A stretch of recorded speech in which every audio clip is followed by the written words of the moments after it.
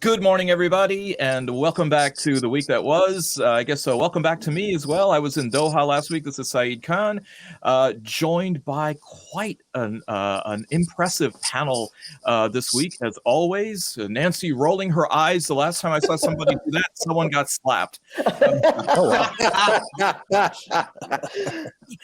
So luckily, I'm not in person.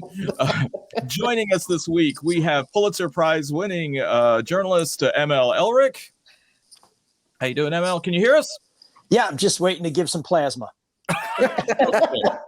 We have got attorney Michael Rataj. Welcome again, Michael. Good morning. that was labored. I can't figure out what time it is. We've got Deadline Detroit columnist Greg Bowens. Hello. And also Deadline Detroit columnist Nancy Derringer. And of course, we have Deadline Detroit editor-in-chief Allan Lengel. So let's jump right into this. Ukraine still going on, but it seems as though there are some changes. Reporting today says that the Ukraine may have even launched an offensive and hitting targets in Russia. Is there an endgame in sight, and what might that look like? Anyone got anything? Endgame. It's. I mean, it's just so fluid right now. I don't know that we what to expect at this point. I think we're hoping. I mean, look. I think there's no question Ukrainians are going to prevail. The problem is, nobody's going to win this thing. But in the end, they'll prevail. But it's a matter of really just kicking the shit out of Russia to the point where they just can't really mount an offensive. But they've got all those ships at sea. They've still got plenty of people. They're bringing in mercenaries. It's not close to over. Well, mercenaries. Is Eric Prince helping with that effort? Well, there's the Wagner group. Yeah. So. Well, I think we have to be worried about whether Putin's going to double down. Who knows what he really knows as to what's going on? Whether or not his generals and his people in his circle have been honest with him. But my biggest fear is that he's going to use chemical or biological weapons. And, they can't beat the Ukrainians face to face. Obviously, but they've been destroying their cities, and they're launching these rockets and missiles from inside Russia. So I don't know what the end game is. When you say that the Ukrainians are going to prevail, I don't know what that means. Their country is destroyed. All of their cities are destroyed. Well, I think these people have nothing to come back to. So, what about the argument that what will be intact is Ukrainian sovereignty? There's a long history of rebuilding, but the fact that they can make sure that Ukraine doesn't turn into, say, a Belarus where Lukashenko there is sort of Putin's puppet on a string. Well, I don't think that that's going to happen. I agree with Allan. To the extent that if they're going to prevail, if that means that Putin's not going to be able to put in a puppet government, I would agree with that. But it's not over by a long shot. Does anybody think that Putin's just going to put his tail between his legs and go home? I don't think so. Well, that comes down to then what's a situation that he can live with. Maybe having some kind of input to the Russian enclaves in Donetsk and Luhansk. I don't think Crimea is going to go back to Ukraine. Crimea was given to Ukraine by Khrushchev. So I think he's going to maintain that. It was interesting when I was in Doha at the policy forum. Total surprise to everybody. Live by Zoom was none other than Ukrainian President Vladimir Zelensky. And talk about a bunch of people geeking out. But he was talking in a tone which makes him instantly likable. I was having coffee with somebody today, and they said, "Yeah, he's like Reagan with a brain." Here's an actor and a comedian, but he can do more than just deliver a line. Remember that when he was at the U.S. Congress, he hit all the right notes, talking about 9/11, talking about Pearl Harbor. He goes to the Bundestag, talks about the fall of the Berlin Wall, talks about never again. And here he's addressing a group which was not only Arab and Muslim, but he reminded people, and I think for some it was probably a shock to even know this, that there's 1 million Muslims in Ukraine.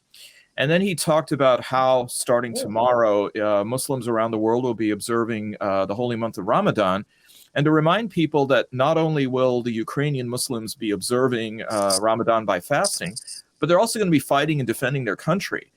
And it caused everybody in the audience to just simply gasp with the realization of that.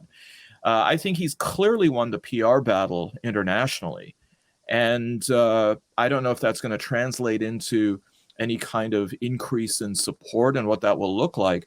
But I don't think that he's going anywhere in Kyiv. Huh. Well, one of the things that we don't seem to talk a lot about is the effect on the rule of law around the world, and what we thought was a nice and sort of orderly kind of society. Another thing that's interesting about this, in that Putin is just able to attack a country for no reason in the eyes of the world, is the effect that it's having on our ability to maintain some kind of stability. I mean, why was Ukraine really important to us? Well, I think it rose in the level of importance because of the threat of nuclear war that could be happening. And one of the little things that we don't really talk a whole lot about is the proliferation of the right-wing state-run media in Russia that, to my understanding, is now saying, hey, we need to go ahead and, launch a nuclear weapon, and to show the West that we're serious about what it is that we're doing. And so at some point, it would seem to me that the world would have to come back together in a more stronger way to try and end this conflict and to hold Putin accountable. Otherwise, there's really no reason for him to stop what he's doing. Right. I think when you talk about when Michael talks about chemical weapons and stuff like that, I wonder if that'll change the whole dynamics. If NATO of America will have to reassess where they're standing on this. At what point do we keep watching them do? I mean, the Russian playbook is it's been going on for decades. I mean, they go in and they just destroy, they kill citizens, they flatten cities. I mean, at what point, if the chemical weapons come out, I would think there would be some reconsideration of how this is all going. Well, So, cue the video of Rocky IV. Whatever he hits, he destroys. Ivan Drago lives. ML. Yeah, I think Biden shouldn't have said it, but he was absolutely right. Until Putin is gone, this continues. I mean, if you wonder where Ukraine is headed, it's sort of like Mike said. Take a look at Chechnya. It's just a pile of rubble. Now, there's still some people living there, but the quality of life is not very good. And I think if you can get out of there, you try and get out of there. Until Putin is gone, this is really about Putin's survival. The only people who are going to end this war are the Russians, because until they've had enough of him, he's going to keep fighting, because for him, it's win or die. And he doesn't seem like he's ready to die, although I'm certainly ready for him to be dead. But, this is survival. And chemical weapons, biological weapons, when you have a guy who's got his back up against the wall, I don't think it's outlandish to think that he would use nuclear weapons if he had to maintain power, because he just doesn't care about any other living creature in the world except for himself. Sounds like someone we know here. Lengel, the whole thing about would he use chemical weapons? Why not? I mean, there's no reason for him to not use them. He already looks like the most evil person in the world. Well, we're already saying, forget buying Russian stuff, and so I mean, what's left? Well, it may be a calculated thing, though. I mean, if he realizes that it could change the dynamics with chemical weapons, that maybe America might say, okay, that's enough.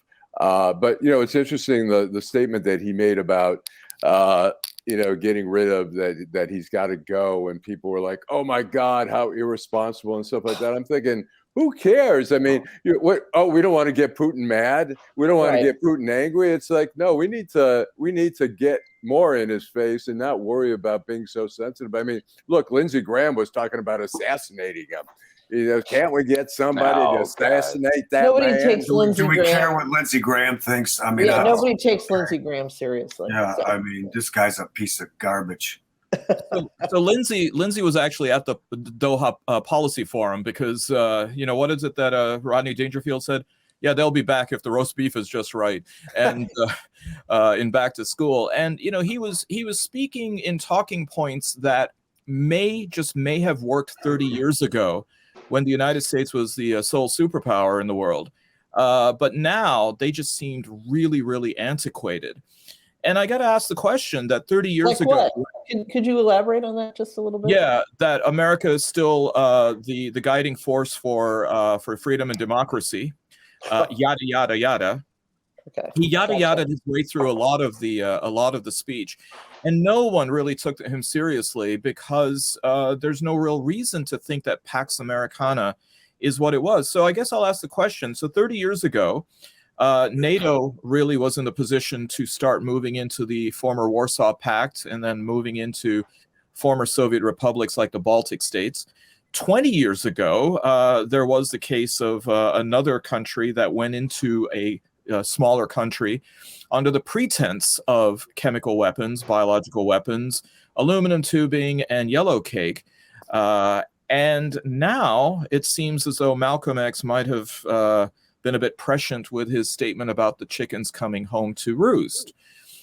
Is the kind of impassive way that the rest of the world might be viewing the United States simply something that we should have realized if we moved away from mainstream news enablers? But Saeed, don't forget that one of the things 20 years ago that the Bush folks said was they said one of the reasons why we need to be more aggressive in the Middle East is to bring democracy to the Middle East. That was thrown in the mix too.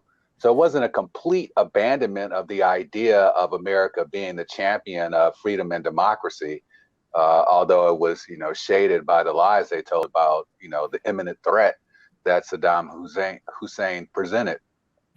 Right. Well, so that was, we just can't say that we didn't try. Sure. But I mean, I think that was the neoconservative view. And now, given the fact that none of the places where we tried to bring democracy democratized really, it's always then easier to say, well, they really didn't have it in them in this kind of an Orientalist way. And then when it came to a true grassroots movement of democratization, i.e. the Arab Spring, it seems like the United States learned how to whistle past the cemeteries at midnight quite a bit. Exactly. Yeah. I don't have anything. I can't elaborate on any of that because speaking of self-absorbed, caring about no one else but themselves, we've got Donald Trump coming here Saturday. That was the most beautiful segue ever. That was a good segue. So yeah, he's coming to Macomb County, to Washington Township.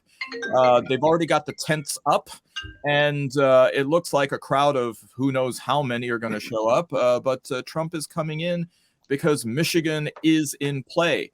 What is going to happen there, and do you think it's going to make any impact in the elections in November here? I'm really hoping for a shit show. I mean, I really am. I want a full goose meltdown of traffic and terrible weather and all the rest of it. And of course, now, I don't know if anybody saw the story that Deadline had yesterday about the Matt DePerno endorsement ad that's running in the Palm Springs market. Palm Beach. It's obviously planted by the Leonard campaign to try to get Trump to essentially unendorse Matt DePerno. He has a history of this now, particularly in Michigan. So it goes to show that that guy's promise is worth about everything else that, is in that guy's company. So I don't know. I mean, I've never been to this place out in, is it Washington Township? Washington Township. Yeah, it's way out there. It sounds like, the fire marshal is wringing his hands. He's worried that, they're going to have too many people for the for the venue. So, excuse me, but I'm really hoping for the worst. Not in terms of like a death and dismemberment or serious injury, just really miserable. Well, I'm glad. Or even being a super spreader event, right, Nancy? Yeah. I don't wish harm upon another human being, but I do hope that it's kind of, I'm not looking for the Who concert, in 1979. Just I'm hoping Will Smith shows up and gets on stage. Yeah. Trump will be like, Will Smith just beat the shit out of me. I have a better idea. Will Smith, a slap to Trump's face. That's all you want, Allan? I can do a lot better than that. So I understand that some people are going for Trump, but some people are going for the free vaccinations. Apparently they have 2 and they expect not to run out. Well, to be honest with you, I don't expect much from this. Trump has not brought anything new to the table. He's still saying the same old stuff that he said, before. And so Americans in particular, people get bored with stuff really easily. So I don't really expect a whole lot. And even though the Republicans and the Democrats both have their conventions coming up here soon, it may have an impact on that. But, one of the things about conventions is that folks are really tight about the rules. And so if they feel like on the Republican side that, there are going to be some shenanigans going on because Trump is coming in town, then, they'll just change the rules to make it hard for people who are newly declared Republicans to show up and be able to influence the vote at the convention to pick the candidates. So, it is. What's new about Trump other than the people, other than the stuff that's happening against him? He's not going to say anything new. He's not going to wow us with anything. Right. He's not even going to be as funny as he used to be. Well, he's never said anything that made sense anyways, okay? He still has all these sycophants out there that will follow him off the cliff if he asked them to. So, but certainly he has less than he had when he was at the height of his power in the presidency. Do you think there's leading up to it still hanging with him? To come out to a remote location in northern Macomb County, and perhaps be physically uncomfortable and, get your car stuck on a muddy road and all this just to see this guy. I don't know. Yeah, he can fill that tent just with people who live in that neighborhood. That's Washington right. Township, Okay. Lennox Township, Macomb Township. This is Harrison Trump Township, country. Absolutely. Baltimore, Chesterfield. Have you ever driven up there? Algonac. I'll make you puke with all the stupid Trump flags all over the goddamn place.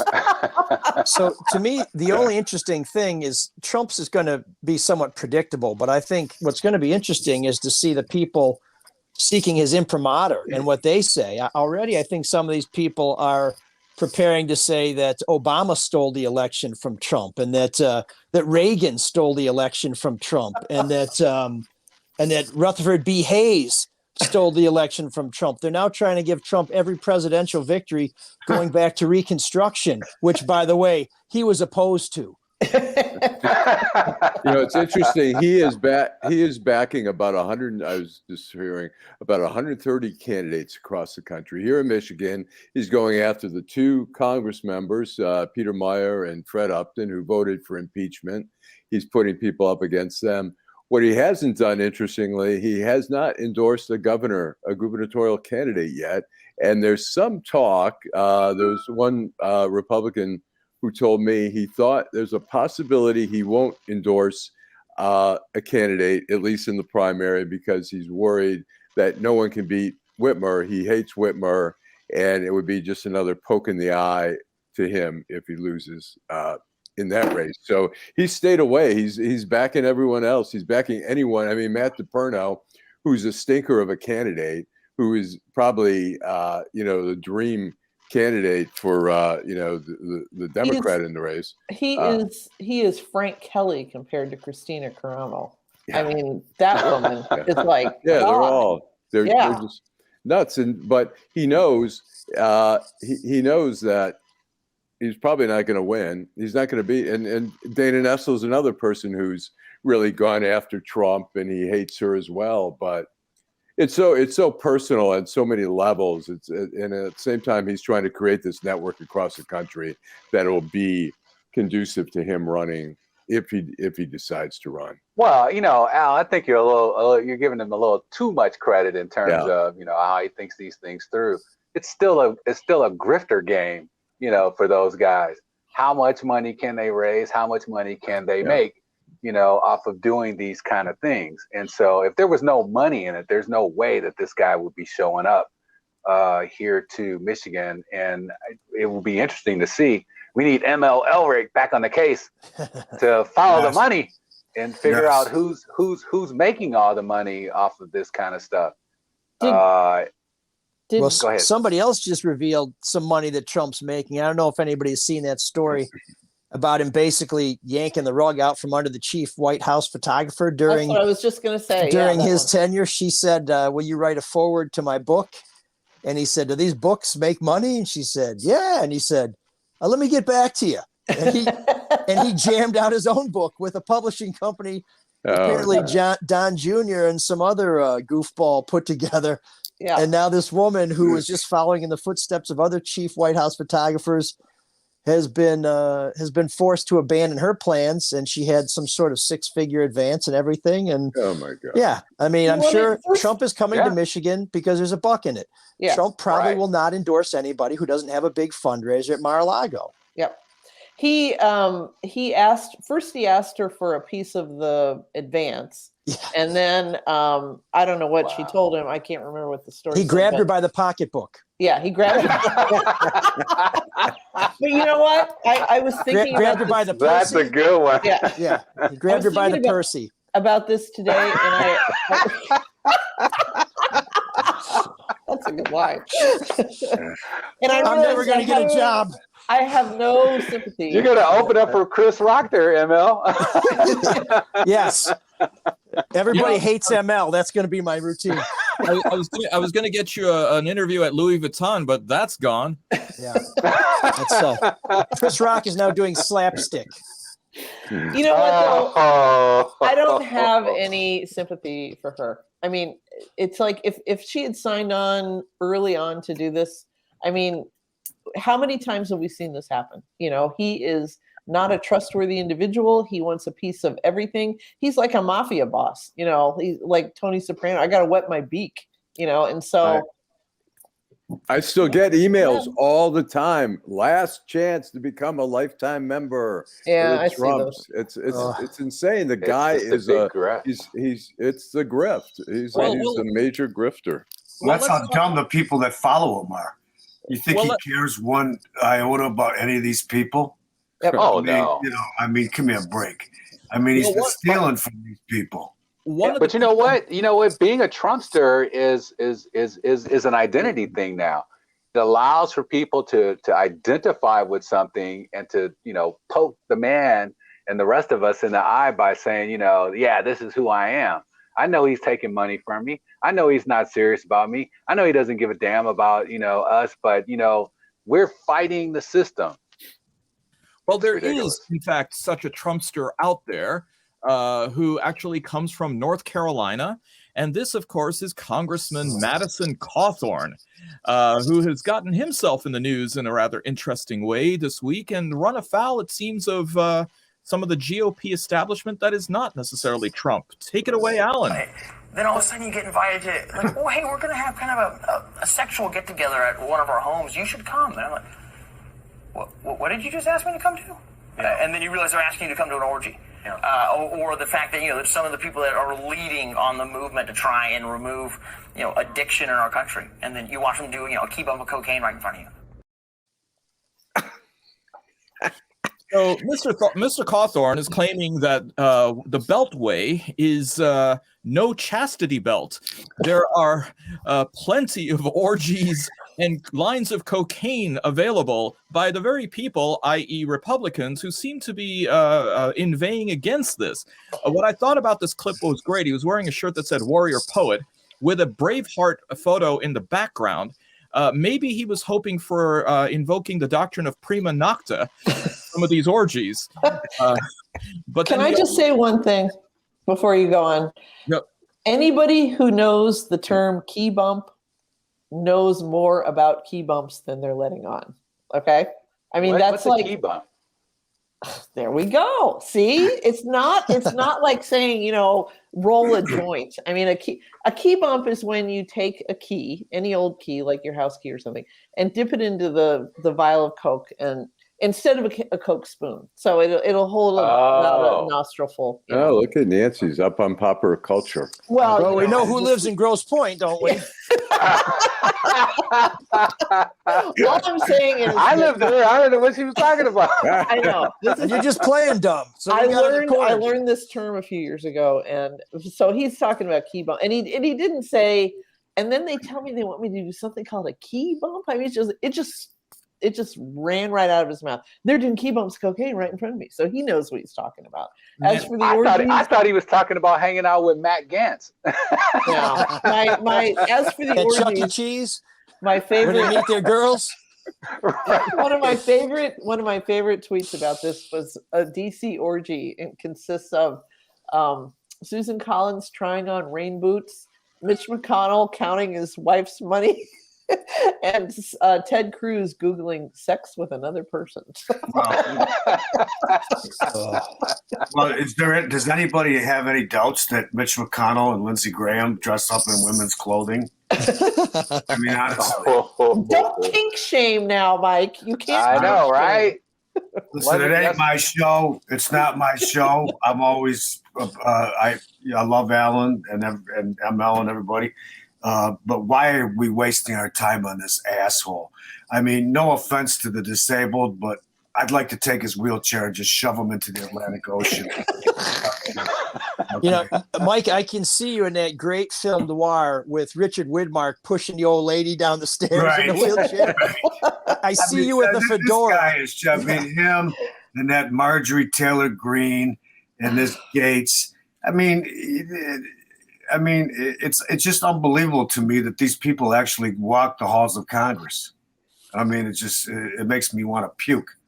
Michael, with all respect, I mean, it's a colossal display of East Coast privilege that you mentioned the Atlantic. We've got a whole other ocean. We've got the Gulf of Mexico. Right. We've got the Great Lakes. He's from North Carolina. It's closer.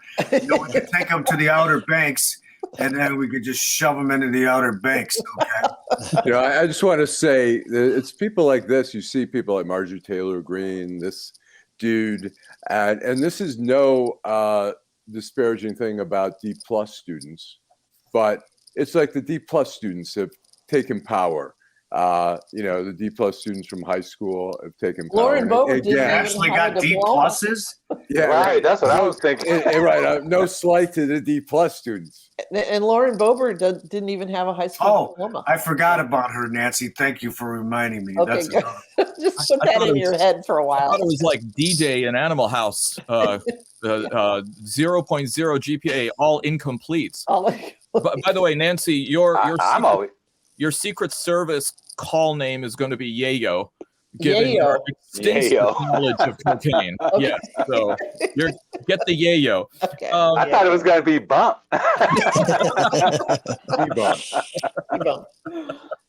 There's certain things you can't do on a key fob. So just saying. But somebody mentioned, and I guess now we're going to have to talk about things that Michael really wants to talk about, and that is the Oscars.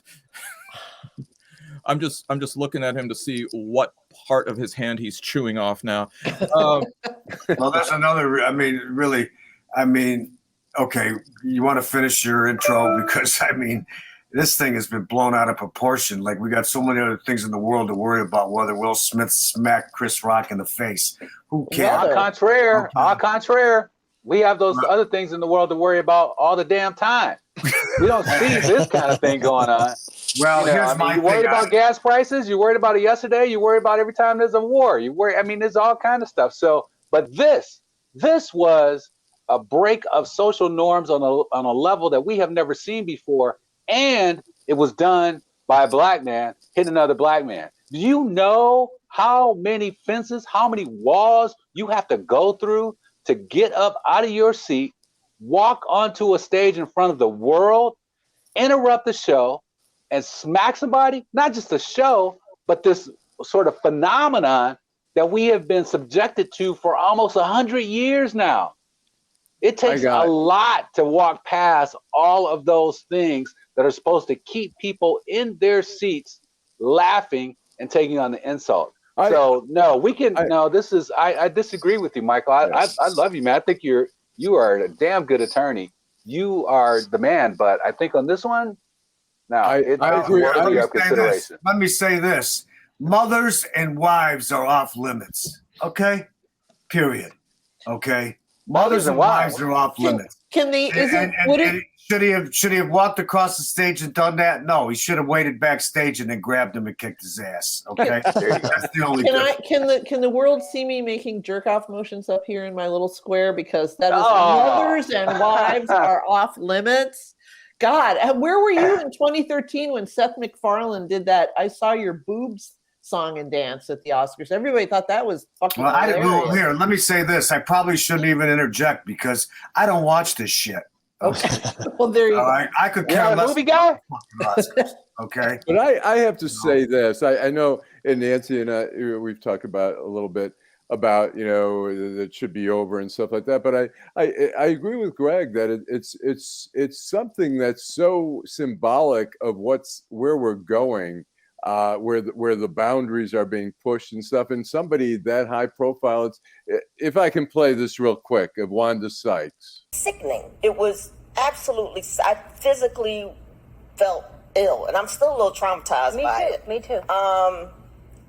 Yeah, because and for them to let him stay in that room and enjoy the rest of the show and accept his award, I was like, how gross is this? Yeah. Well, I'm sure. Yeah, Allan. I would agree.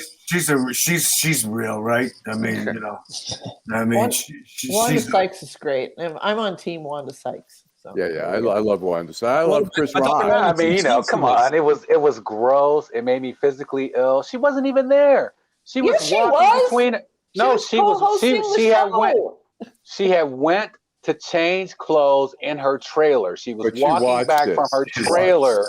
She saw it on the video. So she wasn't actually right there. But she was at the show. The other thing is like, when I think about this, I'm like, you know what? I thought when President Obama got elected that we actually entered into a post-racial society. That was, of course, immediately dismissed with the antics from the right.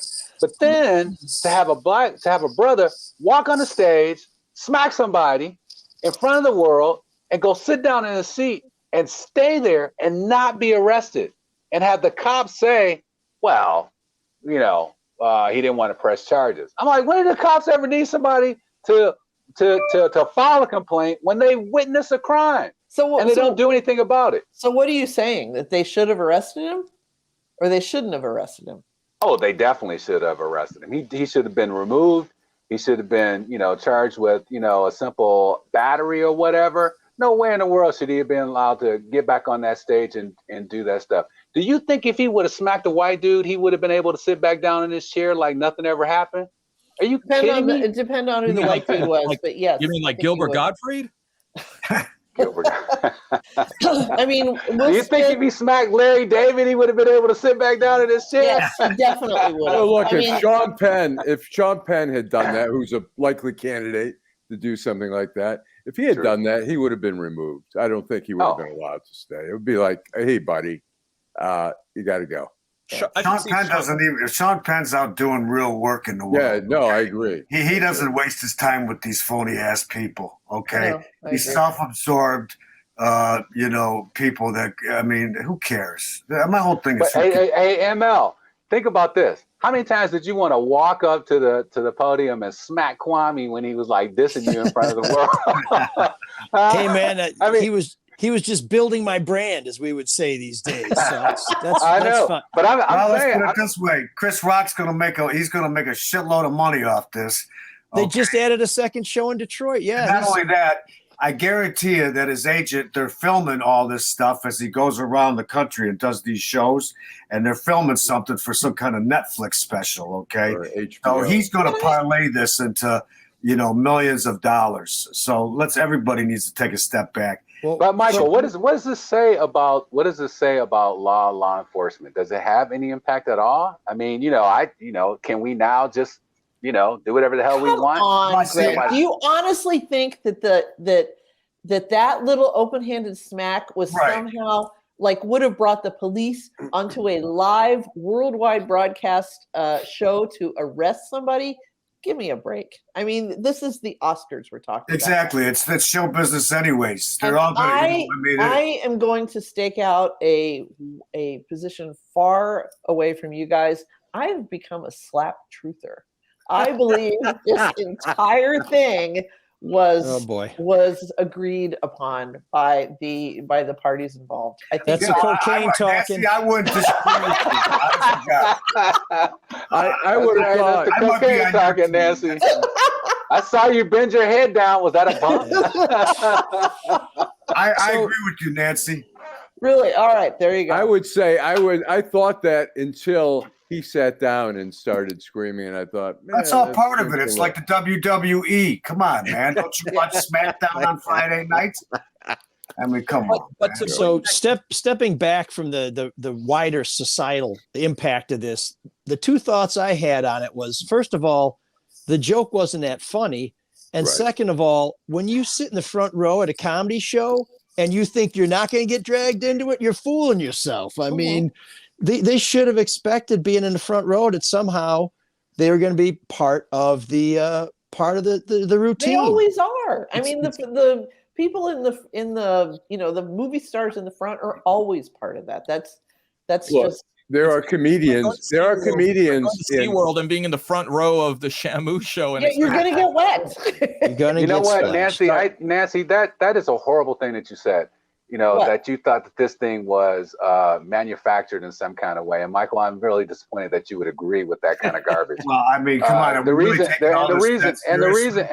why is because this guy, Will Smith, is going to lose a lot as a result of this. Are you kidding He has already lost his stature. He's already being dragged through the mud. Do you understand what the shame is, Nancy, for a brother to get up there and do that?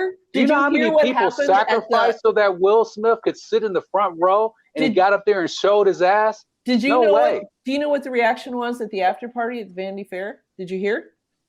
I saw the clip of the reaction. As he walked in there. Ovation. Okay, standing ovation. He took his whole family with him. They played all of his old records on. Was Jada's boyfriend there too? I don't know if Jada's boyfriend was there. I always thought the two of them were gay and they were bearding for each other. But never mind that. Let's not go there. It was a standing ovation by his peers. They played all of his songs. He was dancing with his whole family. Everybody was taking pictures of him and smiling and laughing and everything. He is not going to suffer a bit from this. Will Smith has not been able to walk out of the house and go anywhere since that incident. They're talking about kicking him out of the Academy Awards. He will never get a big movie deal again. He's gonna have to do some Oprah type, sit down with Oprah type stuff just to be able to redeem himself in any kind of fashion. I don't think that's a horrible thing. Sure, Greg. Actually, I think you haven't heard the news that Mel Gibson has dropped Jim Caviezel for the sequel to The Passion, and he's hiring Will Smith. The sequel to The Passion. Well, yes, I'll say apparently there was more that happened after the cave. Saeed and I were talking about this just in time for Easter. Before Saeed and I were talking about before the show about the fear of comedians, and I think comedians are such a strong voice in this country, like Colbert, Seth Meyers, Zelensky. Zelensky, Jimmy Kimmel. We've seen it in Iraq, where some of the comedians were murdered by government people who they mocked. And so these people have had such a great voice in our society, commenting on social justice, commenting on politics. And now I think it's sort of broken I think they have to fear for some crazy guy getting on stage and saying, "What did you say about me?" It's a Well, true listen, Dave American art Coulier is form. one of my best friends, okay, from Full House, right? Uh-huh. Yeah, I mean, we grew up together, okay? Okay. And I asked him about this. You know, are you afraid now to do your stand-up? Uh-huh. He goes, no, I just tell fart jokes, so I'm okay, you know. All right, Michael. Michael, I got to ask the question: Is he really the inspiration for Alanis Morissette's song? Alanis Morissette. Well, that's a good, you know, I don't know how far you want me to get into the weeds on this, but in his mind, he is, okay. In an interview that he gave in 2008, and the only reason I know this is because my wife and I have a Peloton, and the trainers, you know, there's this one gal that I really like, and she always plays an Alanis Morissette song, and she's from the 90s, so she knows Full House. And so so I says to my wife, I says, did you know that so-and-so was talking about Dave on the 30-minute bike ride I just did about that one song? I go, do you know the song? I don't even know the song. Oh, come on, Michael, you ought to know. If you want to know. Yeah, right? Is that- Yeah, this is deadline karaoke. No, I Let's mean, hear a few notes. You know, I mean, look, what can I tell you? I don't know. That's the name of the I song. don't know. I went to Wikipedia and I saw that it said that she had dated Dave in the early 90s and must have liked his mullet at the time that he had, because she's from Ottawa. And so then when Alanis Morissette was asked about whether that song was about Dave Coulier, she declined to answer. So I guess it's one of the mysteries that we'll never uncover. Wow. I never bothered to ask Dave because I could care less. Okay, Is this like Hey, Carly Dave, Simon is with that about Who's you? Behind You're So Vain? Yeah, right. I heard that's about Warren Beatty. Is that true? That's the cliched answer. Carly Simon said that she wasn't going to divulge it. Apparently, she divulged it to maybe Harvey Weinstein, who there was some like charity auction. Love the irony of that one. But she has said on record that the person has the letter E in his name, which means it still could be Warren, it could be Cat Stevens, it could be Mick Jagger. Does it ever occur to any of you people that pop music is not journalism, and maybe she just made the whole thing up? You know, I mean, that's just Nancy's she's cynical today, isn't I she? am. I mean, Nancy, how much are you like actually freebasing off a QAnon mirror? Yeah. Well, I wish I knew the answer to that, because I just invited her to do a double feature. So speaking about Reds and conspiracies- Dr. Zhivago. Speaking about conspiracies and a lot going around, Hunter Biden, and it seems as though the investigation against him is really heating up. It looks like there are a lot of witnesses that are speaking to prosecutors and investigators. And if you were to read the New York Post and listen to Fox News, there's nothing happening in the Ukraine. There's nothing happening at the Oscars. It's all coming down to Hunter. Right. Is this going to come back and haunt President Biden? And could it then be a catalyst for him to pull an LBJ and say that I will not accept, nor will I run for a second term? Well, let me say this: there have been lots of children of presidents who have behaved badly and not in the best light, over time. I don't think this is going to have any impact on Biden, because it's like, he's already said, my kid has been dealing with these issues related to dope, his drug addiction, all that stuff. I don't see how do you hold the parent responsible for the actions of the child? And it certainly doesn't seem to apply anyplace else, though. Actually, Well, it doesn't apply to the Trump kids. You ever see Don Jr.? He looks like he's doing an 8-ball. Okay. Speaking of key bumps, I mean, Nancy, I stand corrected. I guess Yayo as a Secret Service call name has already been taken then. yeah. So, Allan.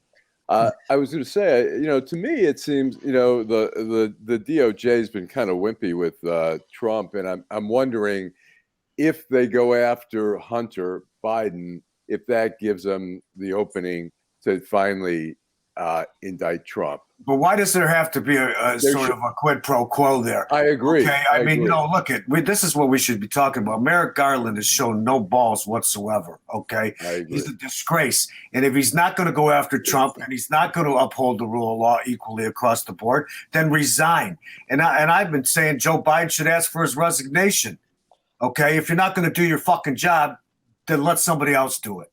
Okay, Agreed. End of story. Okay, I think this is a serious topic. I mean, this is the rule of law, okay?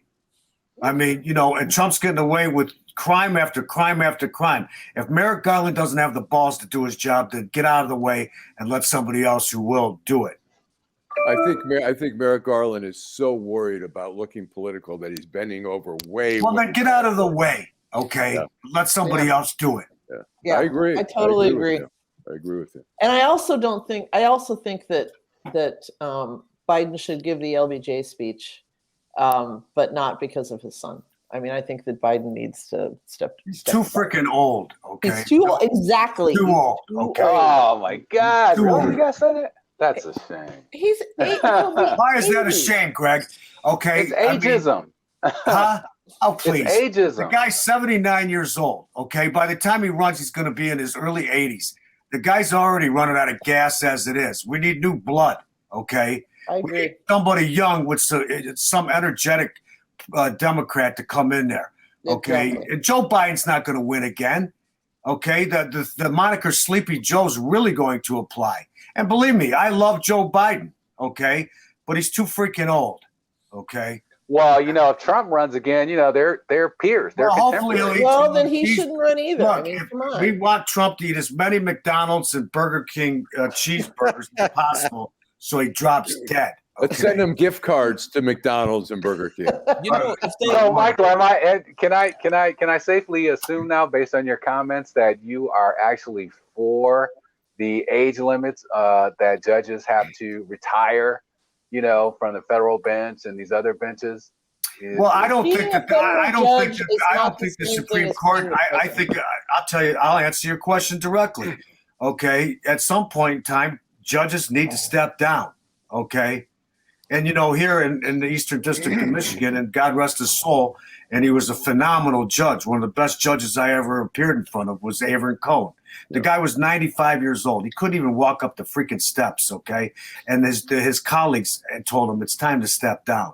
And the Supreme Court justices should not be appointed for life, okay? He wasn't the only judge. There were several judges, Judge Freeman, Judge Gilmore. I appeared in front of all these guys. I mean, Jesus Christ, they were half asleep up there on the fucking bench, okay? I mean, look, I practice law with a lot of my colleagues, mentors of mine that are now well into their 70s. They still got a lot of juice and a lot of jam, okay? But at some point in time, you got to step down, okay? And Avon he was too old, okay, to do the job, okay? Yeah, he was still sharp, but he couldn't do the job anymore. And his colleagues told him it's time to step down. Okay, but Michael, do I think that there should be a term limit on Supreme Court justices? Absolutely. Yeah, but Michael, what if they have like a supportive spouse like Ginny Thomas to help them out? I mean, imagine that. And the sad thing is, there's nothing that can be done about this clown Clarence Thomas. Okay. Right. There's nothing. People had mixed feelings about him when they said he was in the hospital. It was like, I want to pray for him, but the guy's a disgrace. The guy's a prayer with a clean heart. Hey, it's thoughts and prayers, but you don't necessarily say what you're praying for or what you're thinking. I mean, I got to believe that Chief Judge Roberts went to him. I'm hoping that he went to him and said, "What the fuck are you doing?" Mm-hmm. Okay, I mean, really. What are you doing? And obviously we all know that there's no rule that Supreme Court justices have to recuse themselves. It's a self-imposed recusal. Okay.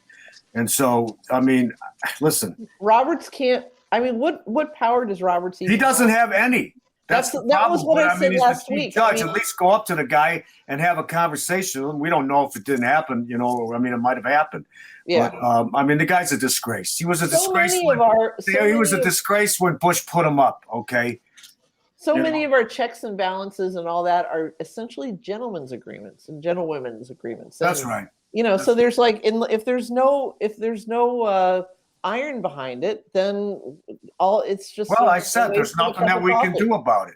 There's nothing we can do about it.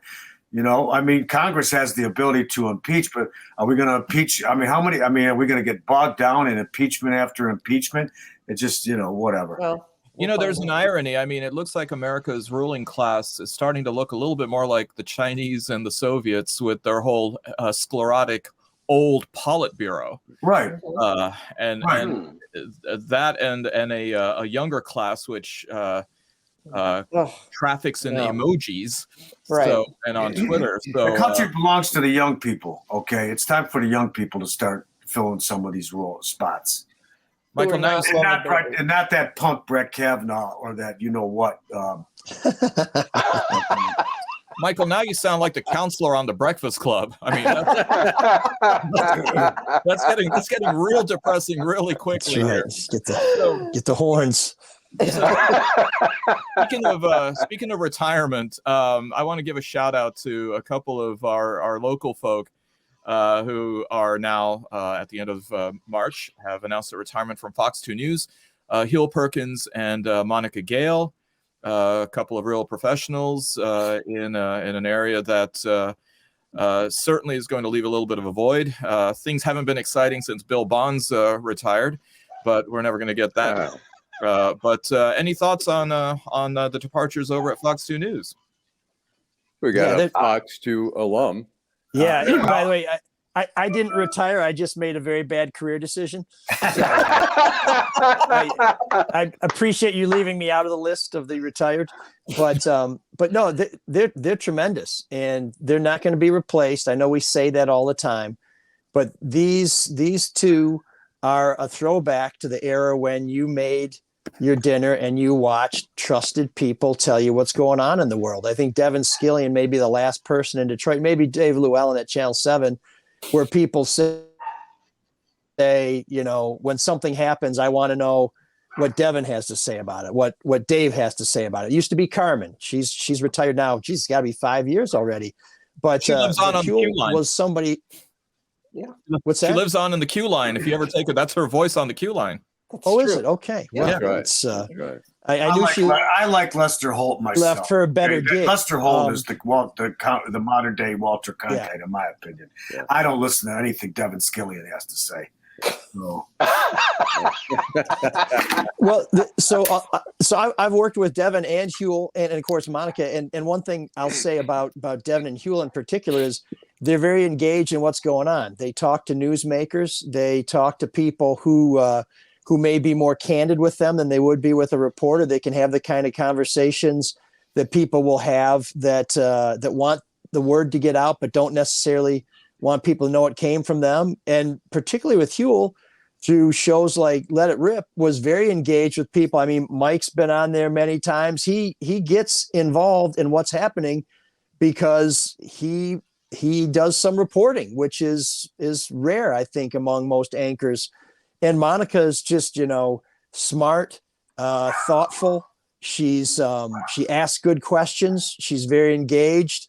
And those folks aren't going to be replaced. And I'll tell you, I'm glad I'm not at Fox 2 right now, because I'm sure when the new crew takes over, who I'm sure are also going to do a good job, there's going to be a lot less money to go around because the eyeballs are going to go with Huel and Monica. And when the eyeballs go, so do the dollars.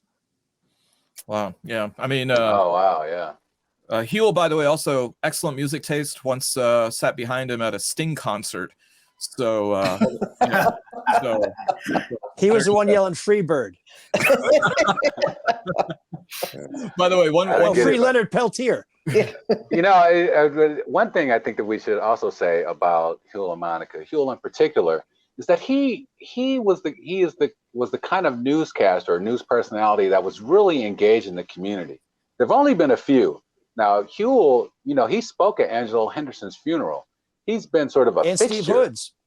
Steve Hood's, yeah. And I think he's been sort of like a fixture, not just on TV, but in the way that he ensconced himself in the community. There are only a couple other media personalities I can think of that have done that kind of thing.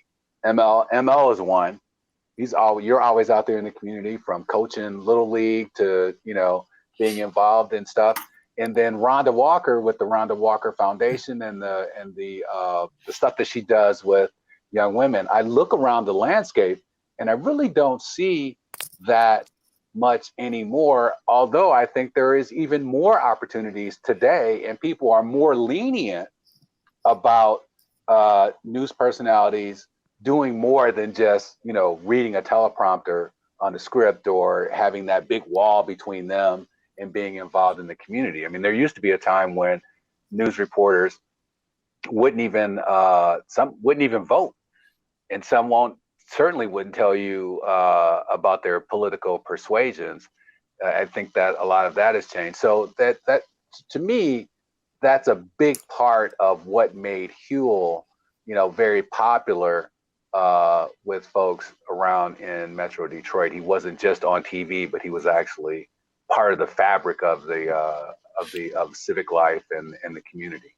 I'll say real quickly about that not voting. Len Downey at the Washington Post, the editor, did not vote, which I did not believe in. And in fact, when I voted that day, I would walk into the newsroom with a little thing that said I voted. But there are people. Yeah, that's weird. I think take it to an extreme, but that's. But well, it depends on I'm sure he voted in the general elections. It's the primary because you have to declare a party. That's at least depends on the state. No, I don't think he voted at all. At all? Yeah, I don't think he ever That's voted. ridiculous.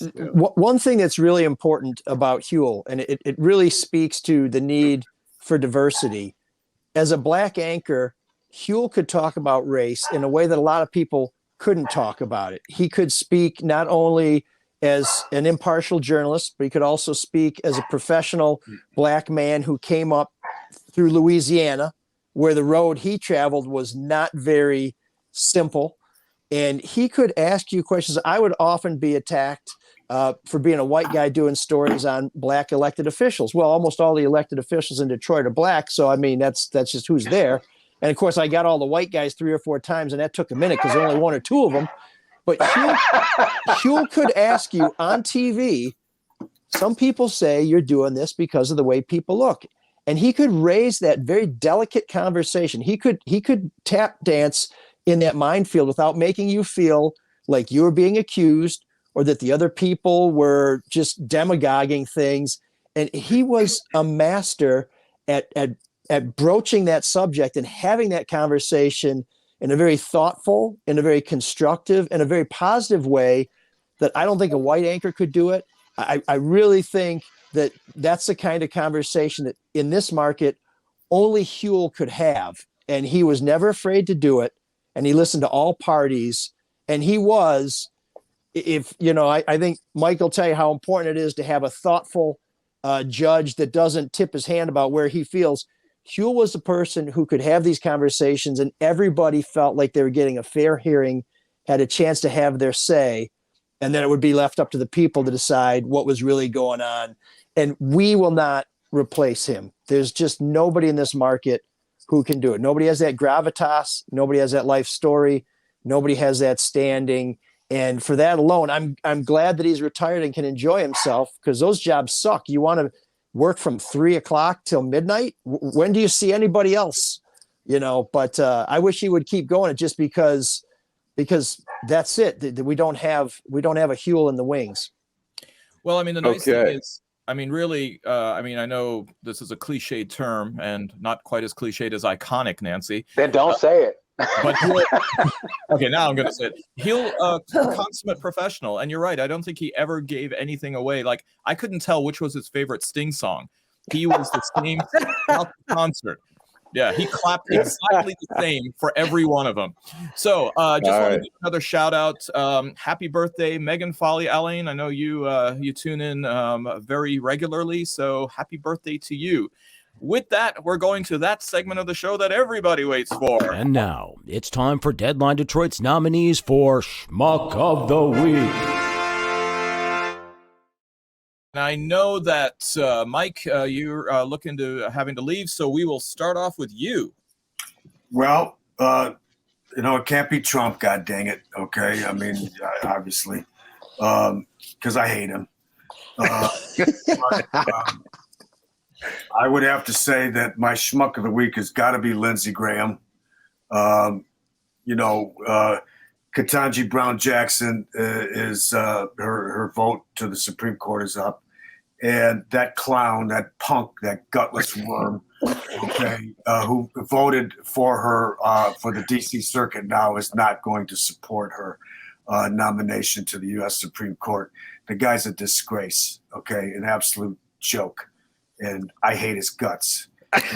Could somebody please put me in a room with him, Tucker Carlson, and who else? Don Jr. And then whoever comes out with. Okay, so that's my schmuck of the week. My money's on Mike Rataj. So if this is a genie, is that 3 separate wishes or one wish of all 3 people? One wish of all 3. There's got to be more. Okay. Not to say that I know any genies, but there's a quick genie joke about that in a lawyer.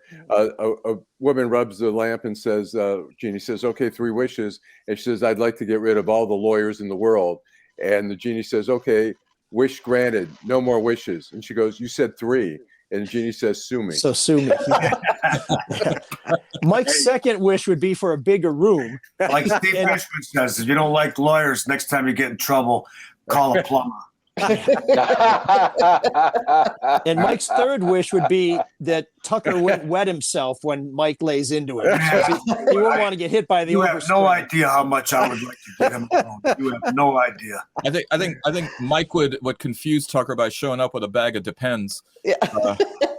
And I'd take it and I'd rub his face in it. Everybody have a great day. All right, Mike, go out there and save some people, man. All right. That's what we do. That's what we do, babe. All right. Thanks a lot, Mike, for being on. Mike Rataj here for you guys. Thank you. Okay, who's next? Go ahead, Allan. A couple people here. I'd say CBS for hiring Mick Mulvaney as a commentator. I mean, look, there were some good people who came from the Trump administration who left. He wasn't one of them. I think once you get that deep in the inner circle and you start just backing up the nonsense that Trump said, you have no credibility. Some of the stuff he said is so disgraceful, and yet CBS is like, oh, we're going to bring this guy in. There are better people if you wanted to bring people from the administration, not Mick Mulvaney, not anyone who, that close in the inner circle who put up with that. Okay. Nancy. Well, we kind of covered him already, but I want to just add one little note to this. Many years ago, my husband was a feature writer for the paper that we both worked for, and he did a story on a local disability activist who was always submitting op-eds to the newspaper, and almost all of them were published. And I said, so what's he like? And he said, you're with him for 30 minutes before you want to push his wheelchair down the stairs. He was just extremely obnoxious little shit. And so with that in mind, I'll add Madison Cawthorn. He's fine. Madison Cawthorn. Yeah, he really is. We have viewer Michael Pappas who has chimed in with Will Smith. So that is not an uncommon nominee for this week. Greg. Yeah, that's Will Smith is my schmuck of the week. I just Kareem Abdul-Jabbar, and Nancy, if you have not read his, I read it. I read everything. I think he really put it in perspective when he says that the Black community took a hit from Smith. One of the main talking points from those supporting systemic racism in America is characterizing Blacks as more prone to violence and less able to control their emotions. Smith just gave comfort to the enemy by providing them with the perfect optics they were dreaming of.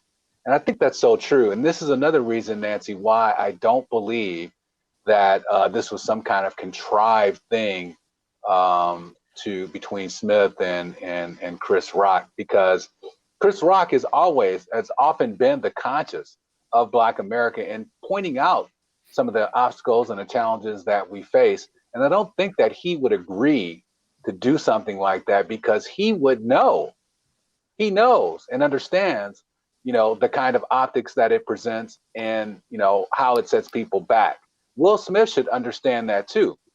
I don't think that either one of those guys have college degrees. And normally, it would seem like if it was a Michael Jackson or somebody, I could see how like they wouldn't have the perspective. But I think that Chris Rock does. And I think that, Nancy, this is something that you should consider, and I would encourage you to change your mind on that. I really wish you wouldn't proclamate that out there. When Will Smith opens movies as a bankable star far into the future, you have to take that back too. So enough about Will Smith. Let's move on. No, but it's not just about Will Smith. It's about I understand. All I'm saying is the reaction to both Will Smith and Chris Rock has been overwhelmingly positive, which makes me think, who knows? Like I said, we have been ashamed. We have been shamed, Nancy. Can you listen? Listen, that was the first Oscar show that was put on by an all-black production cast. Okay, that's fine. Do you know how hard it was to make that happen? If he was shamed, why are people standing up and cheering for Will Smith? He doesn't look shamed to me. Some people are standing up because they think that black women have gotten the short end of the stick for so long, and this was a good way to stand up for them. That is completely BS. But I understand the frustration that exists out there as it relates to that. It's Nancy, more people are shaking their heads and not clapping him. That is just, I really wish that you would look at, take another look at this and stop saying that, that they colluded in some kind of fashion to bring shame on America, Black America in particular. It's disgusting. So I don't buy for a second that this was staged, but I also would admonish anybody out there who says that that this was a representation of how black folks deal with each other. If there are people out there saying, see, you put two black people in an awards ceremony and there's a fight. I know there's a lot of people out there who are trying to use this to justify their warped worldview. And that's, to me, why this is such a shame. Stupid joke, stupid reaction. But for people who use this to sort of say, this is what I've been telling you all along, that's where I think some real damage was done to our society. And of course, as Greg says, this was probably the blackest Oscars ever. And now it's kind of notorious, which is like, oh man, we're finally getting some recognition here. Now we have to try and explain this to the rest of the world. Yes. That's really unfortunate. Although one guy who's very happy right now, Kanye West. He's like, I'm not the biggest jerk on the award show. Y'all were worried about me? Yeah, he's like, I would have just went on the stage and snatched the Oscar. I wouldn't have smacked nobody. Okay, we're way over time. So. Yeah, exactly. The best meme I saw was that to placate Will Smith, they gave him an Oscar that looked like Jada. But anyways, ML, who's your schmuck? Yeah, so I thought Mike Rataj might steal this one from me, so I'm glad that it's still on the table by the time it comes to me. The folks who fired Al Sabatka for 51 years, the operation manager at Olympia, Joe Louis Arena, and at Little Caesars Arena, the Zamboni driver, anybody who's been at the rink knows him as kind of a gruff but generally friendly fellow. 51 years out the door. We don't know why. If he did something wrong, he's not saying. It does not appear to be a mutual decision. The comment I read from him was, I'd hope to do this job for another 51 years. Now, maybe he's a schmuck of the year for wanting to work for 102 years for the same boss. But this guy is the last guy on the Red Wings team that anybody knew or really cared about. So you put him on the street, come on. It would have been like, does anybody remember Herbie, the groundskeeper from Tiger Stadium days, who would come out and tip his hat when they were grooming the infield in the 5th or the 7th inning? Or the singing hot dog guy at Comerica Park. These are folks who are part of the scenery, who aren't compensated like the people everybody comes to see, but everybody knows them. Everybody has a good feeling about them. And when you treat people like that, the way he was treated, whoever you are who pulled the trigger, you're my schmuck of the week. Yeah. You know, Michael would just say he was too old. It was time for him to go. Yeah. And Michael was what, 107? So I mean, Well, it's a good question. Does he get retirement? Did they just, kick him out and no retirement, no pension, no nothing? Who knows?